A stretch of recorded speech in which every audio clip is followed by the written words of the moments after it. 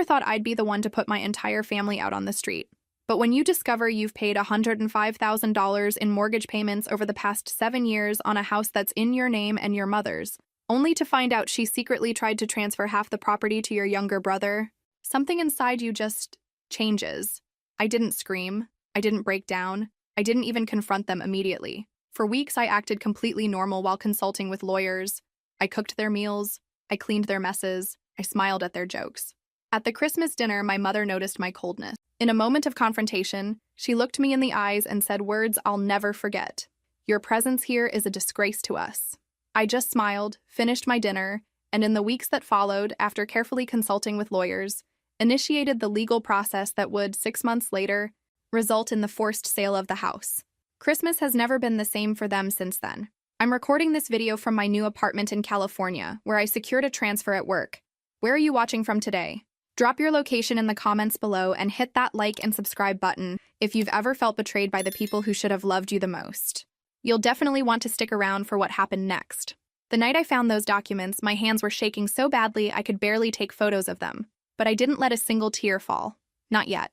There would be time for that later, when I was alone in my car, parked at the empty shopping mall parking lot at 2 a.m. Growing up, my mother always told me I was too emotional, that I needed to toughen up.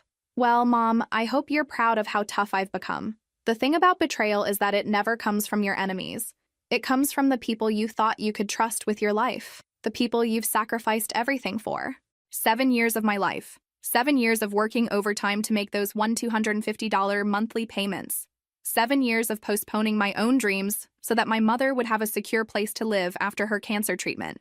"Alex is so responsible," she would tell the neighbors with this proud smile on her face, as if my responsibility was some kind of personality quirk, not a necessity forced upon me since childhood while my brother got to live his life freely. Every time I brought contractors to renovate parts of the house using my own money, my mother would hover around, making sure they knew it was her house. The kitchen renovation alone cost me $12,700 in 2019. The bathroom, another $8,400 in 2022. I still remember the contractor asking, "So you're investing a lot in your mom's place, huh?"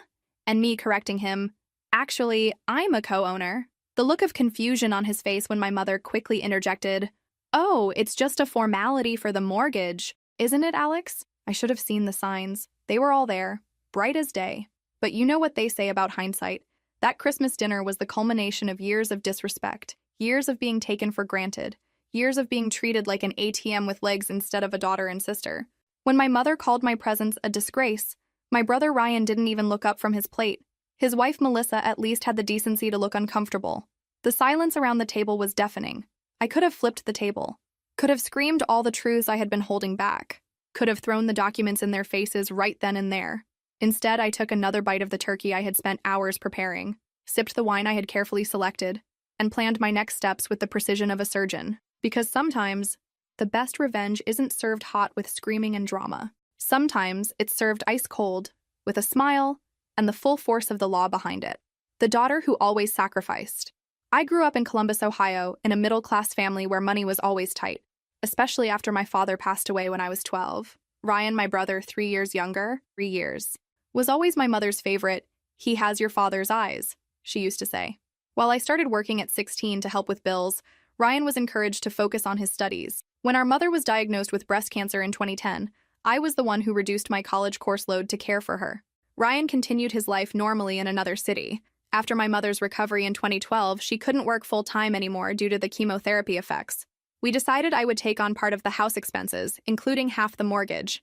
In 2017, when the house needed refinancing due to financial problems, my name was added to the deed as a co-owner under joint tenancy with right of survivorship, with the verbal understanding that I would eventually inherit my mother's part. The agreement was clear. I would pay $250 monthly, half the total mortgage, and would own 50% of the property, with rights to the other half in the future. Every month, like clockwork, I transferred the money. Never late. Not even once. I still remember the day we signed the paperwork at the bank, the loan officer explaining what joint tenancy meant, my mother nodding along, saying how this was the perfect arrangement since I had been so helpful with the finances. "Alexandra always steps up," she told the loan officer with that proud smile. "I don't know what I'd do without her." What she didn't mention was how she would complain to her friends that I was still living at home at my age, as if I wasn't there by her request, as if I wasn't paying half the mortgage, as if I wasn't maintaining the entire property. When the refrigerator broke down in 2019, I was the one who paid $1,800 for a new one. When the roof needed repairs in 2021, I contributed $6,400, well over my 50% share. It's an investment in our home, I told myself. Our home. What a joke that turned out to be. Meanwhile, Ryan visited once a month, bringing takeout food and stories about his latest adventures. He never opened his wallet, never offered to help with repairs, never even mowed the lawn. But he was the golden child, the one who had potential, the one who would make something of himself. I was just the reliable one, the responsible one, the one who would always be there, until I wasn't. The worst part wasn't even the financial burden. It was the constant reminder that no matter what I did, no matter how much I sacrificed, I would never measure up to my younger brother in my mother's eyes. Ryan's starting his MBA program, she would announce proudly to anyone who would listen. When they asked about me, she would say, "Oh, Alex is still working at that accounting office," as if my career was just some temporary job, not the thing that kept a roof over her head.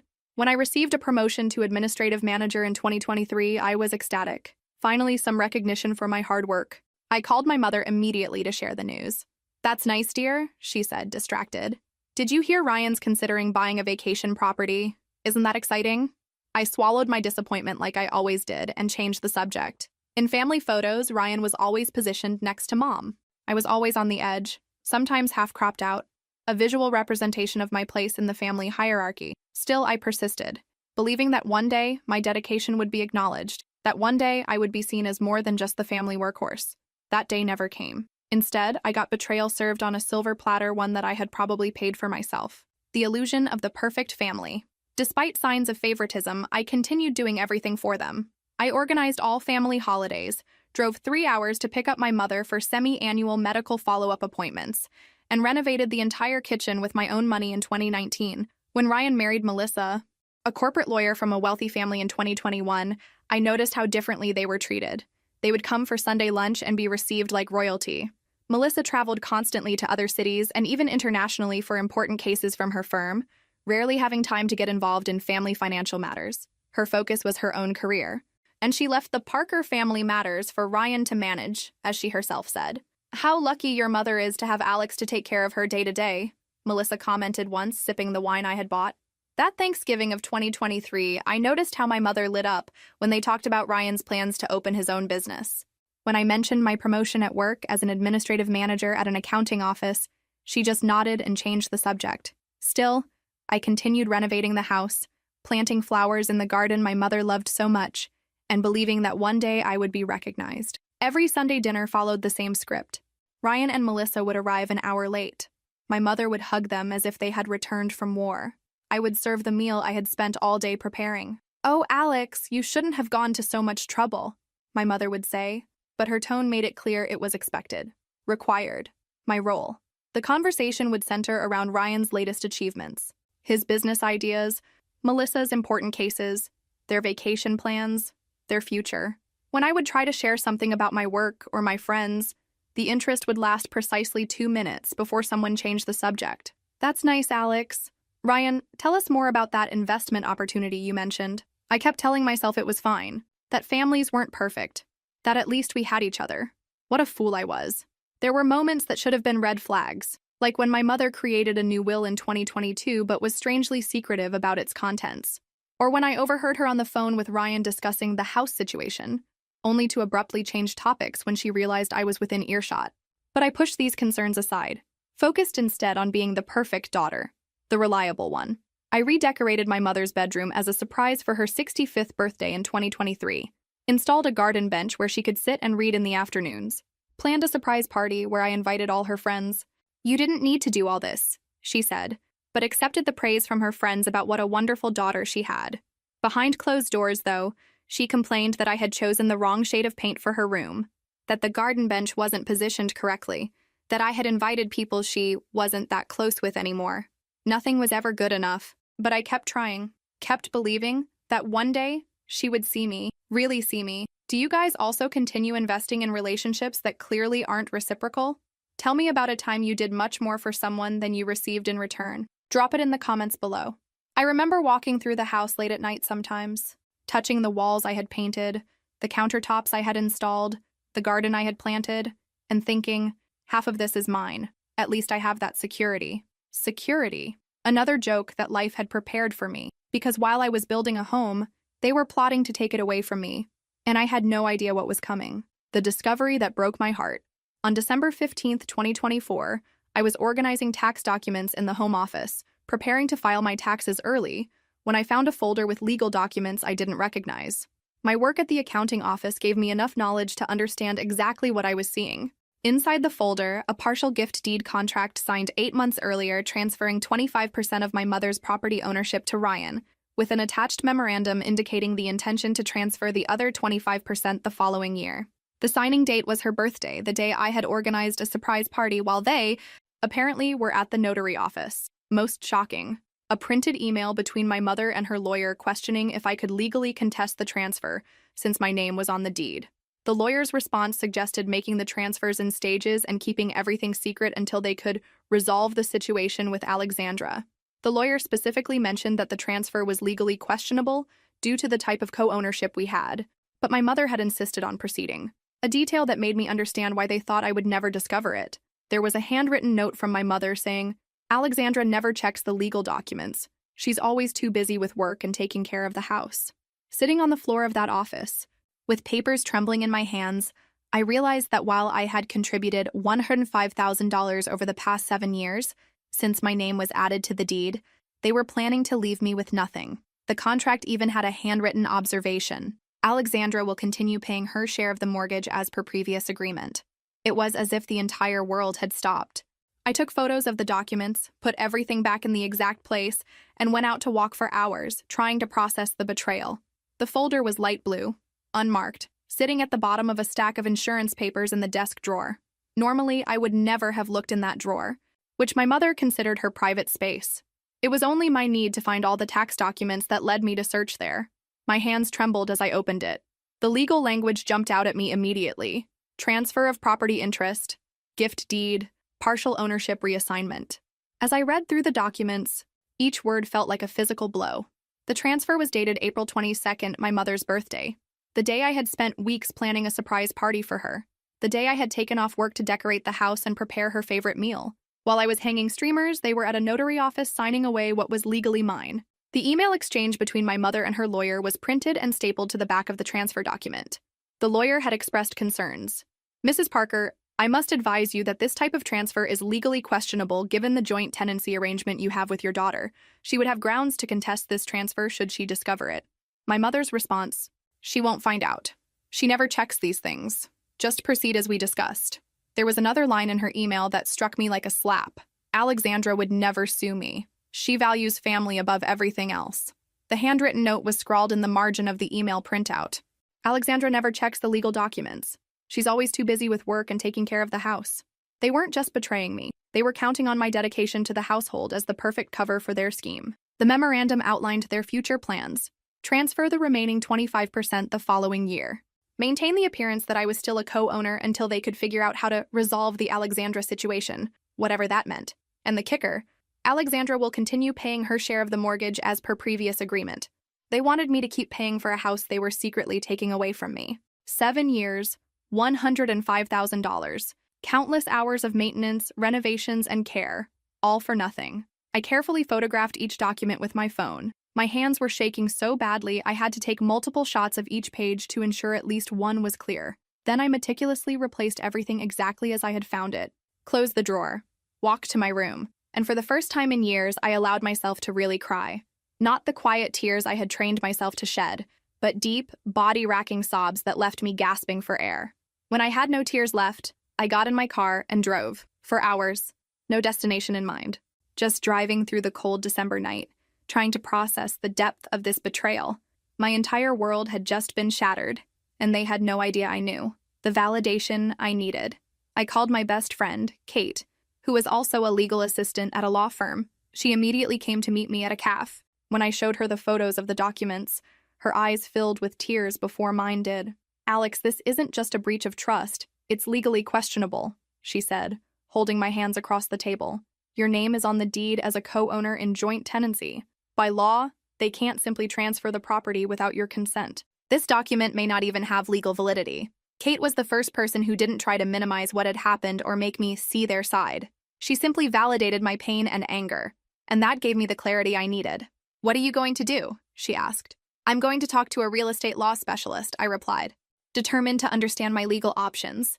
I'll never forget the look on Kate's face when she saw those documents. Unlike me, she didn't try to hold back her emotions. "This is," she started, then stopped, shaking her head. "Alex, I don't even have words. After everything you've done for them?" We were sitting in a quiet corner of the cafe, huddled over my phone as I showed her the pictures one by one, each swipe of the screen revealing another layer of betrayal. "I keep thinking maybe I misunderstood something," I said, my voice barely above a whisper, "that there's some explanation that would make this okay." Kate took my hands in hers. Her grip was firm, grounding me. "There is no explanation that makes this okay," she said firmly. "None. This is a deliberate attempt to steal what's legally yours, and they were counting on your trust and dedication to get away with it." Coming from someone else, the words hit differently, made it real in a way I couldn't deny. "The joint tenancy arrangement means you each own 50% of the property, and neither of you can transfer your share without the other's consent," Kate explained, her legal background kicking in. "What they attempted to do isn't just morally wrong, it's legally invalid." "So the transfer might not even be legal?" I asked, a flicker of hope igniting. "From what I can see in these photos, no.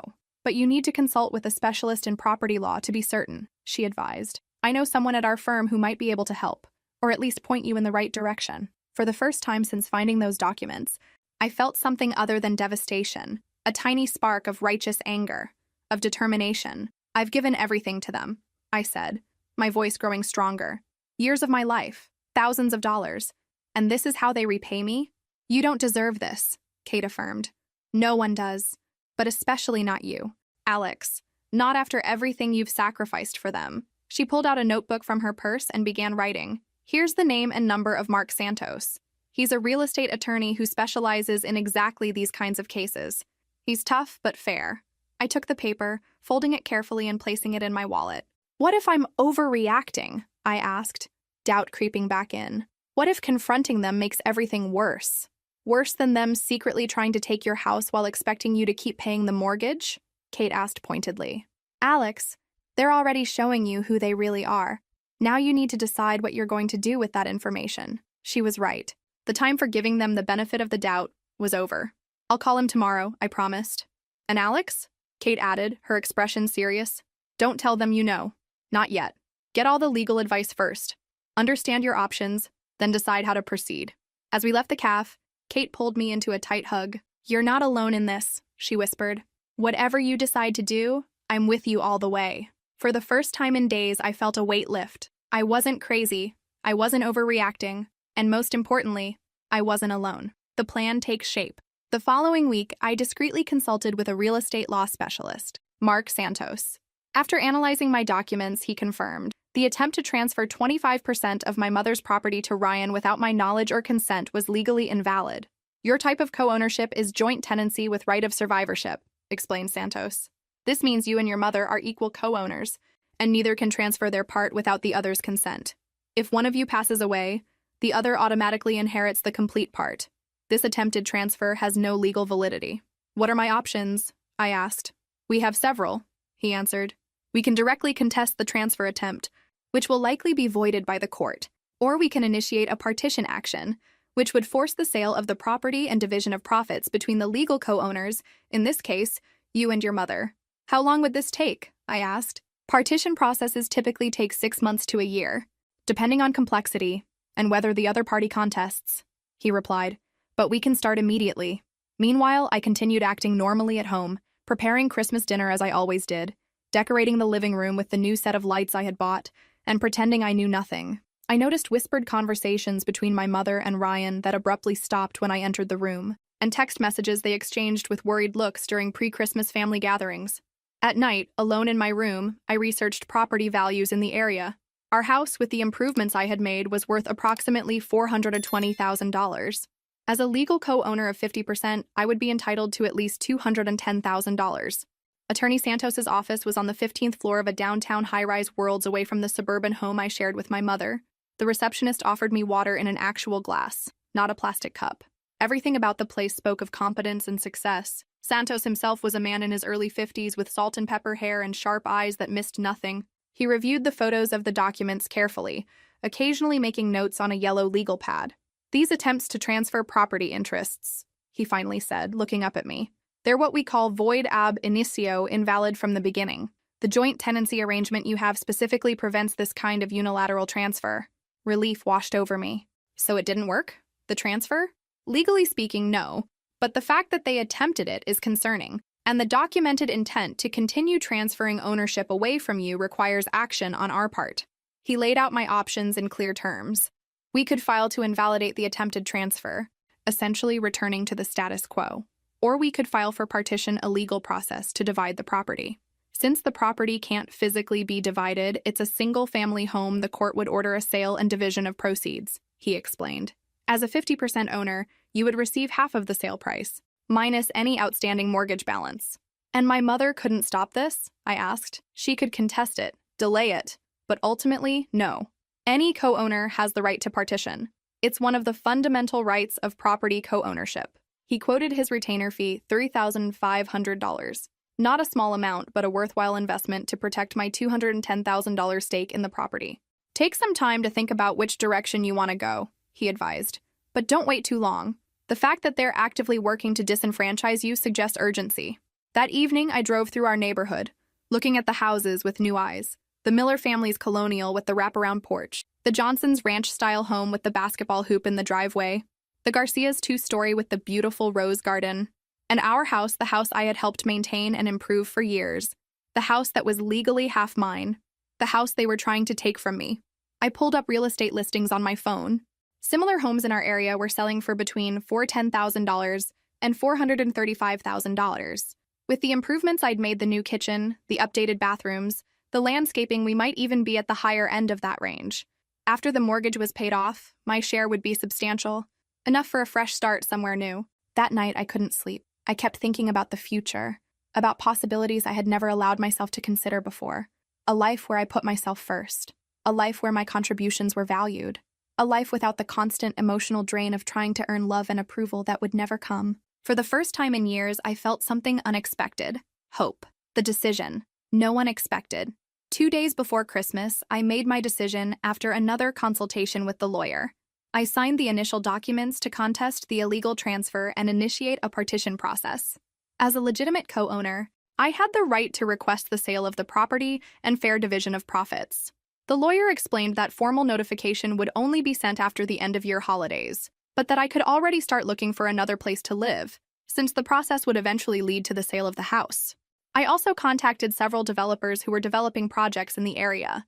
One of them, Horizon Development, showed preliminary interest in our property due to its strategic location. "Your house is on the corner lot of the block we've been trying to acquire for our new luxury condominium project," said the developer's representative. "We've already purchased 4 other properties on your street, and yours would give us the street frontage we need.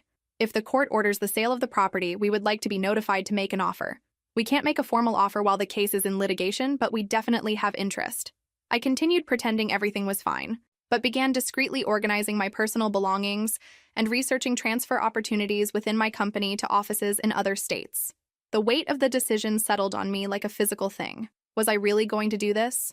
Force the sale of the family home? Make my mother and brother face the consequences of their actions? Then I remembered the coldness in the legal documents, the calculated betrayal, the years of being used and undervalued. Yes, I was really going to do this. After signing the partition action paperwork in Santos's office, I felt strangely calm. It was done. There was no turning back now. "The formal notifications won't be sent until after the holidays," Santos explained. "That gives you some time to prepare, and them some time to enjoy their last Christmas in that house." There was a certain poetic justice to it. One last Christmas, with them not knowing what was coming, just like I hadn't known what they were planning behind my back. That afternoon, I drove to the other side of town to meet with a representative from Horizon Development. Ted Markham was a friendly man in his 40s who specialized in acquiring properties for the company's expansion projects. "Your location is actually perfect for what we're looking to develop next year," he explained, showing me renderings of a luxury condominium complex they were planning. "We've been buying properties in your neighborhood systematically for the past 18 months. Your corner lot is particularly valuable to us because of the street access." He unfolded a map of the neighborhood, with several lots already highlighted in the company's colors. "We've acquired these 4 properties already," he said, pointing to houses I recognized. "Your property would connect these parcels and give us the footprint we need for phase 1 of the development. So you'd be interested if the property becomes available?" I asked. "Very interested," he confirmed. "Of course, we can't make any formal offers while there's ongoing litigation, but once the court orders the sale, we'd be prepared to move quickly." He gave me his card with his direct line written on the back. "Call me when things progress," he said. "And Ms. Parker, for what it's worth, you're making a smart business decision here." That night, I began the process of applying for internal transfers within my company. They had offices in several states, and my performance reviews had always been stellar. A fresh start somewhere far from Ohio sounded perfect. California caught my eye immediately. The Ventura office had an opening for an administrative manager, exactly my current position. The salary was higher to account for the cost of living difference, and the location, right near the coast. I had always wanted to live near the ocean. I submitted my application that night, along with a letter explaining my need for relocation due to personal circumstances. By morning, I had an email from the regional director expressing interest in my application and suggesting a video interview the following week. Things were moving fast, falling into place in a way that felt almost predestined. That evening, as I sat in the living room watching my mother hang the Christmas ornaments I had bought, I felt a strange detachment. This would be the last Christmas in this house, the last time we would go through these motions together, and they had no idea. "Alex, could you hand me that box of silver ornaments?" my mother asked. I passed her the box, our fingers briefly touching. Did she feel it? The finality of this moment? "Thanks, dear," she said, turning back to the tree. "What do you think will happen next? Leave your predictions in the comments below." The confrontation at Christmas dinner. The table was set, the food I had prepared all day was steaming on the plates, and the whole family was gathered. My mother, Ryan, and Melissa, who had just returned from a 2-week business trip to London, some uncles and cousins. As always, I was the one who organized everything, from the decoration to the last detail of the menu. During dinner, the conversation revolved around Ryan's achievements and his plans to open his own business next year. When I casually mentioned I was thinking of moving to California for a possible transfer within my company, I immediately noticed how tense my mother became. "You can't move, Alexandra," she said abruptly. "Who will take care of the house? Who will help me with everything?" It was at that moment that Ryan added, "Besides, you could never afford to buy your own place in California with the current market. Better stay here where you don't have to worry about rent." The knowledge of their secret plans made those words unbearably hypocritical. I took a deep breath, trying to control my anger. "Actually," I began, keeping my voice calm, "I have some savings you don't know about. I could easily make a down payment on an apartment." My mother seemed irritated by this statement, as if I were hiding something from her. The irony was almost comical. "Always thinking of yourself," she muttered, before saying the words that sealed everything. "Your presence here is a disgrace to us. Always talking about money and work, ruining our family celebration." The silence that followed was deafening. Everyone at the table seemed shocked by the cruelty of those words. I just smiled, raised my glass, and toasted to family. The dining room was fragrant with roasted turkey, cranberry sauce, and freshly baked rolls, all prepared by me, of course. Crystal glasses sparkled under the chandelier light, the chandelier I had cleaned just the day before. Uncle Pete was telling a story about his new fishing boat when I casually dropped my news. "I'm considering a transfer to our Ventura office," I said during a lull in conversation. "The position's exactly what I'm doing now, but with better pay and, well, it's California." I hadn't expected the reaction to be quite so immediate or intense. My mother's fork clattered against her plate. "California? You can't be serious, Alexandra." "I'm very serious," I replied, taking a sip of wine. "The interview went well, and they're eager to have someone with my experience." "But that's across the country," she protested, her voice rising. "What about the house? What about all your responsibilities here?" Before I could answer, Ryan jumped in. "Come on, Alex. Be realistic. Have you seen housing prices in California? You'd be living in some tiny apartment instead of a nice house like this." The condescension in his voice was unmistakable, as if I hadn't done my research, as if I was a child making impulsive decisions. "Actually," I said, keeping my tone light, "I've been saving quite aggressively. I have enough for a decent down payment." My mother's eyes narrowed. "Savings? What savings? You should be contributing more to the household if you have extra money." The audacity was breathtaking. After everything they had tried to do, she was suggesting I should give them more money. "I believe I contribute my fair share," I replied. "Half the mortgage, most of the renovations, all of the maintenance." "There you go again. my mother interrupted, her voice sharp. Always keeping score, always making everything about money. Melissa, to her credit, looked uncomfortable. The renovations you've done have really increased the home's value, she offered, clearly trying to diffuse the tension. My mother shot her a look that could freeze fire. This isn't about money, my mother said, though of course it was exactly about money. It's about family, about responsibility, about not running away the moment something better comes along. I could feel the anger building in my chest, threatening to overflow. But I wouldn't give her the satisfaction. I've been responsible for a long time, Mom, I said quietly. Maybe it's time someone else took a turn. That's when she said it. The words that confirmed everything I already knew about how she saw me. Always thinking of yourself, she muttered, loud enough for everyone to hear. Then, looking directly at me, your presence here is a disgrace to us. Always talking about money and work, ruining our family celebration. The table went silent. Uncle Pete stared at his plate. Aunt Sarah's mouth fell open. Even Ryan looked shocked at the naked cruelty of her words. In that moment, any doubt I might have had vanished. Any guilt about the legal proceedings already in motion disappeared. I just smiled, picked up my glass of wine, and raised it in a toast.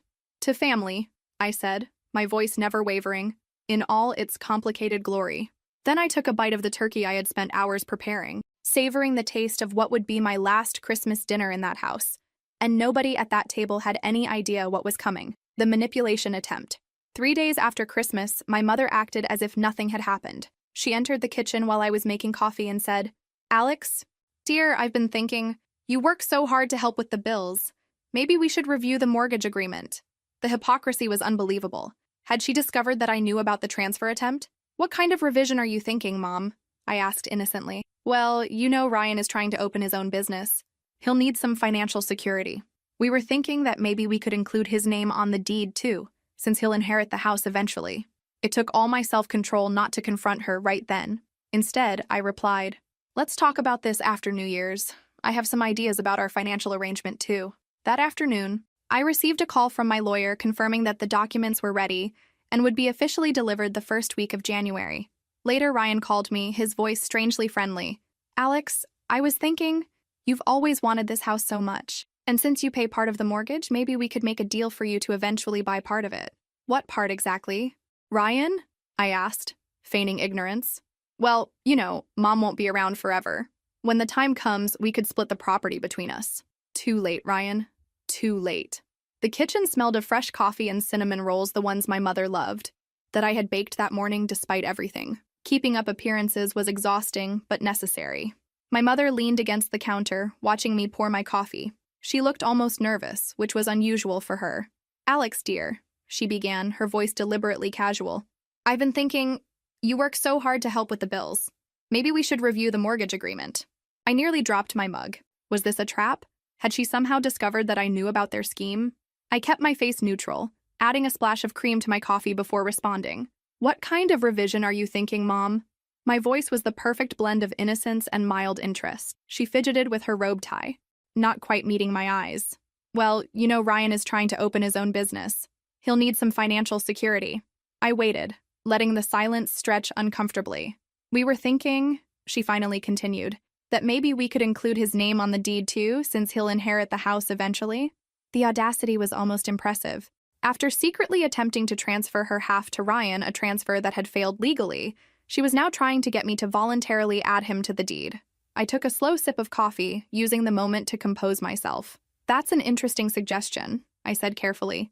Let's talk about this after New Year's. I have some ideas about our financial arrangement too. She seemed relieved by my non-committal response. Wonderful. I'm sure we can work something out that benefits everyone. Everyone except me, of course. Later that afternoon, my phone rang. Mark Santos. The documents are ready, he confirmed. We'll file everything officially right after the new year, and the formal notifications will go out the first week of January.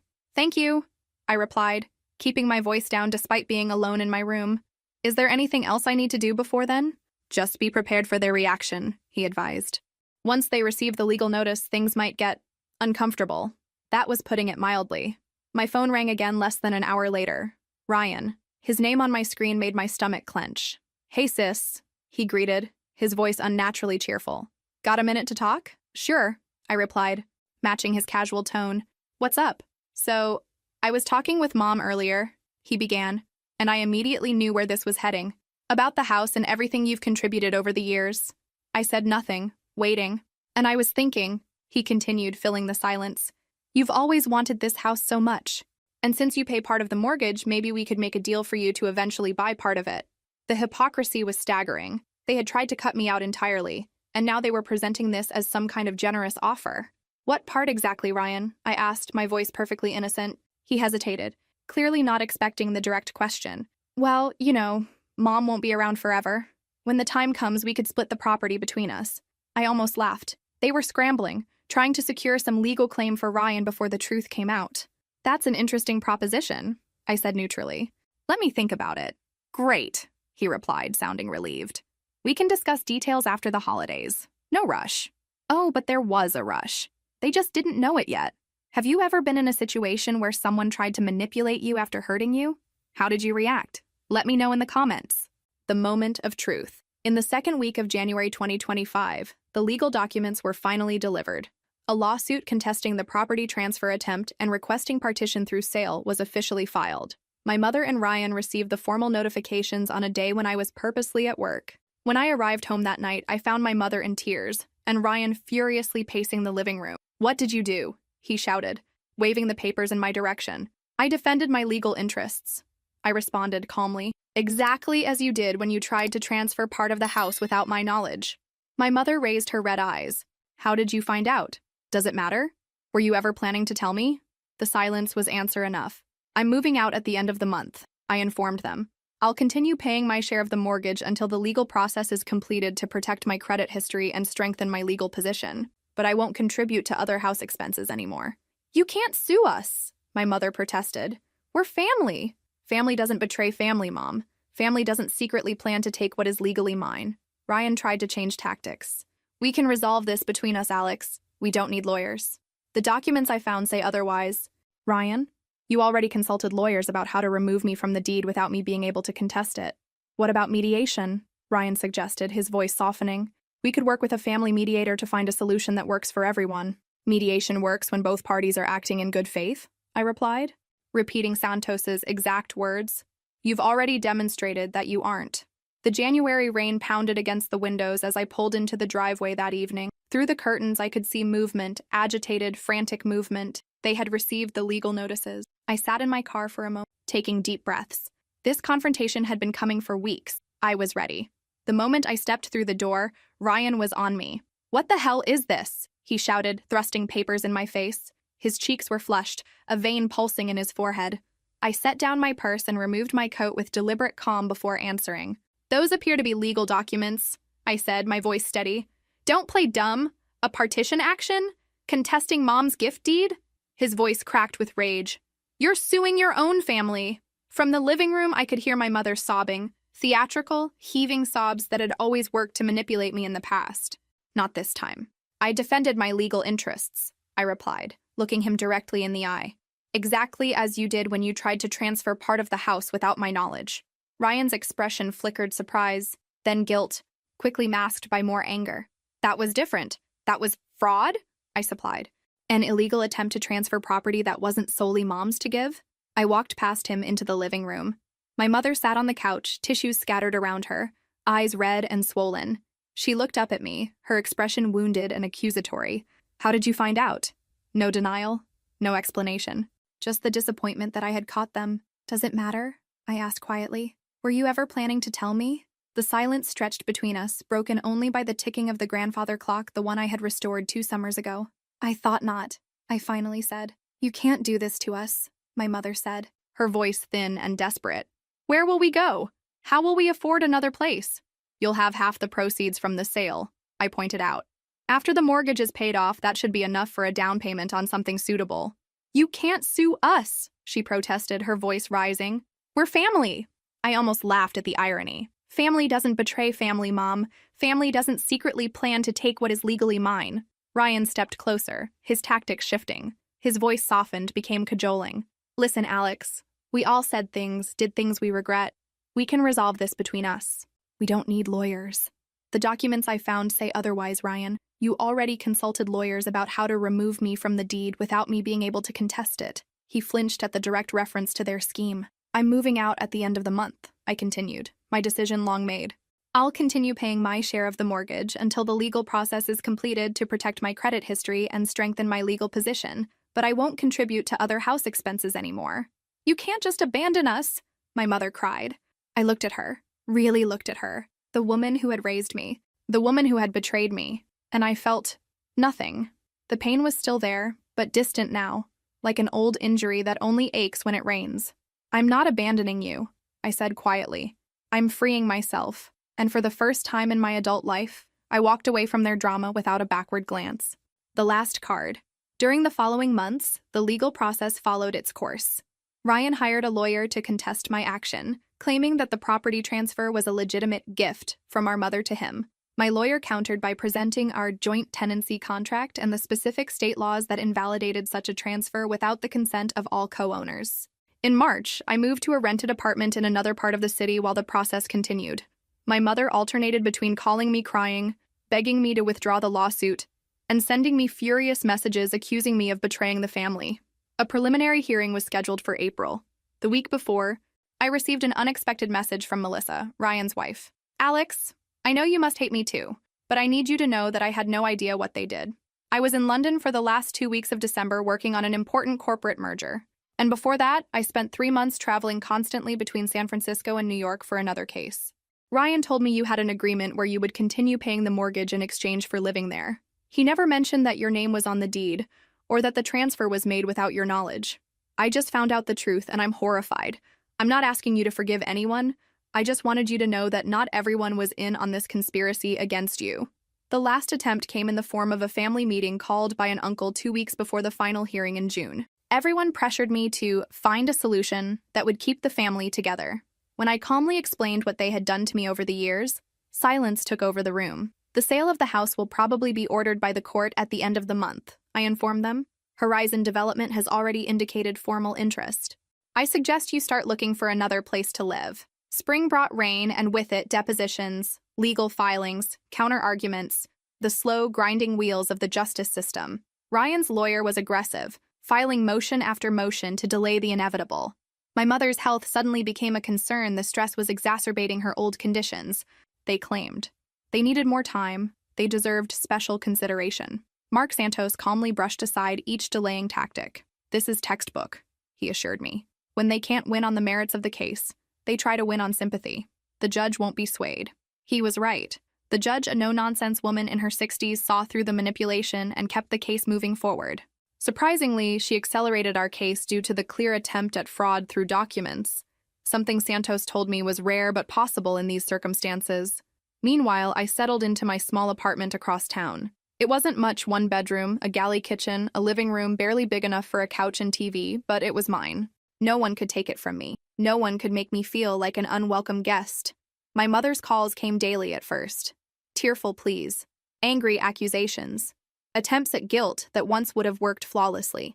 How could you do this to me after everything I've done for you? What will the neighbors think? Is this how you repay my years of sacrifice? I let them go to voicemail.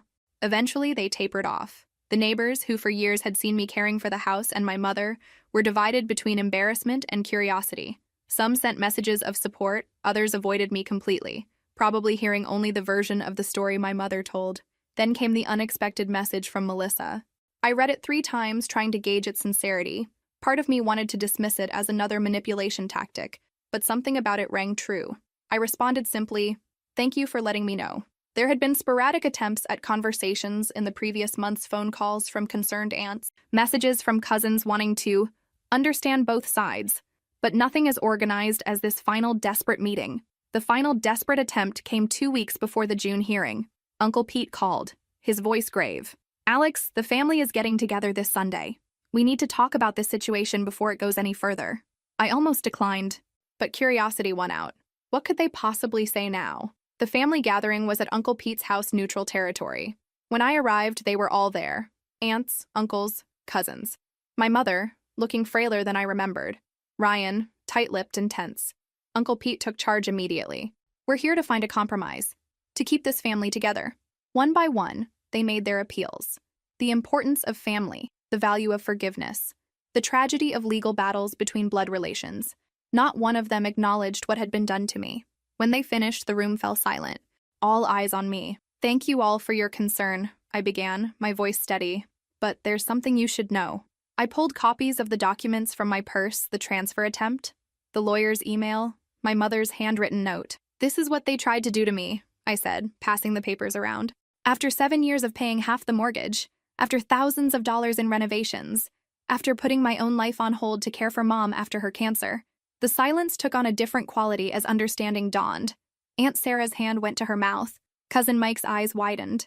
By the expression of genuine shock on the faces of my uncles and cousins, it was evident that my mother and Ryan had told them a very different version of the story. "The sale of the house will probably be ordered by the court at the end of the month," I continued, my voice calm and factual. "Horizon Development has already indicated formal interest. I suggest you start looking for another place to live." I stood, gathering my purse. I didn't want this fight. I didn't start it, but I will finish it.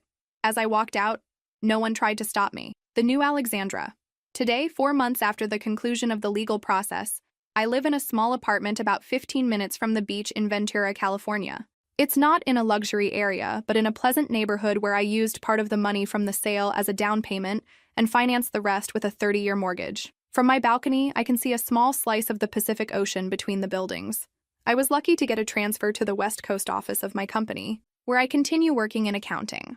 The house was finally sold for $435,000 to Horizon Development, which had shown interest from the beginning. After the court voided the illegal attempt to transfer 25% of the property and fully recognized my rights as a co-owner, I received $217,500, half of the total sale value.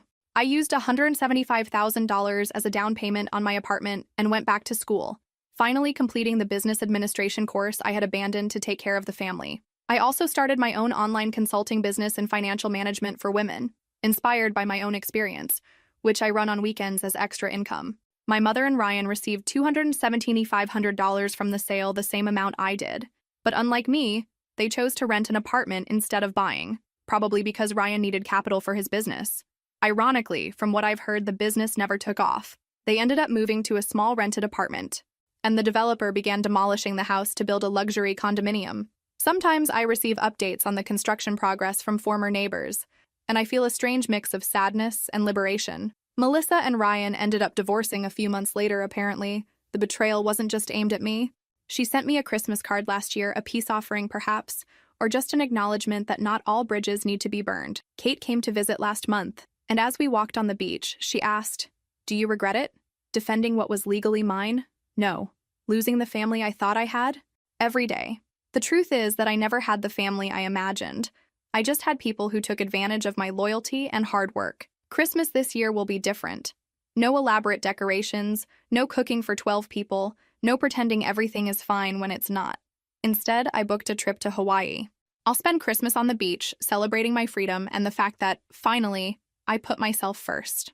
For all of you watching who identify with this story, remember, setting boundaries isn't selfish, it's self-preservation. Sometimes, the family we choose is more important than the family we're born into, and it's never too late to start over. Thank you for watching this far. This is Alexandra, reminding you that you deserve to be valued, respected, and loved. Subscribe to the channel for more stories of overcoming, and leave in the comments if you've ever had to establish difficult boundaries with family members. The morning sun streams through my balcony doors, casting golden light across the hardwood floors of my Ventura apartment. From where I sit with my coffee, I can see a sliver of the Pacific Ocean, a constant, calming presence in my new life. Sometimes I still wake up disoriented, expecting to hear my mother's voice calling for me, expecting to feel that familiar weight of obligation pressing down on my chest. But those moments are becoming rarer. The walls of my apartment are painted a soft, seafoam green, my choice, not a compromise. The furniture is modern and minimal pieces I selected because I loved them, not because they were practical for someone else's needs or matched someone else's taste. On my bookshelf sits the business administration degree I finally completed at 35, framed in silver, a testament to the fact that it's never too late to finish what you started. Beside it, a photograph of Kate and me on the beach during her visit, both of us laughing into the camera, the wind tangling our hair. My online financial consulting business has grown beyond my expectations. What started as weekend work has developed into a community of women sharing similar stories of financial abuse, of family betrayal, of finally taking control of their own economic destiny. "You turned your pain into purpose," one client told me last week. Her words have stayed with me. A reminder that sometimes our deepest wounds become our greatest gifts to others. I still get emails from my mother occasionally. The tone has shifted from anger to a peculiar kind of wounded bewilderment, as if she still can't quite understand why I did what I did. Ryan never writes. Melissa sent a Christmas card last year, a peace offering, perhaps. Or maybe just an acknowledgement that not all bridges need to be burned. Former neighbors send me photos of the construction site that was once our family home. The foundation has been expanded, the frame of the new condominium rising higher than our old two-story ever stood. There's something poetic about it, the old making way for the new, bigger and stronger than before. Kate visited last month, her first trip to California since I moved. We spent a day walking the beaches of Ventura, collecting shells and talking about everything and nothing. As the sun began to set, painting the sky in impossible shades of pink and gold, she asked the question I knew had been on her mind. Do you regret it?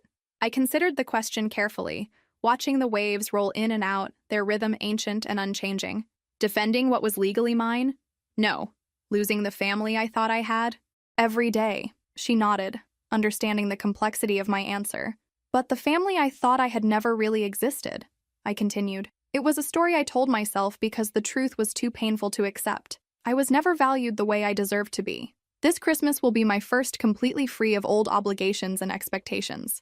No elaborate decorations to hang. No massive dinner to prepare. No pretending that everything is fine when it's not.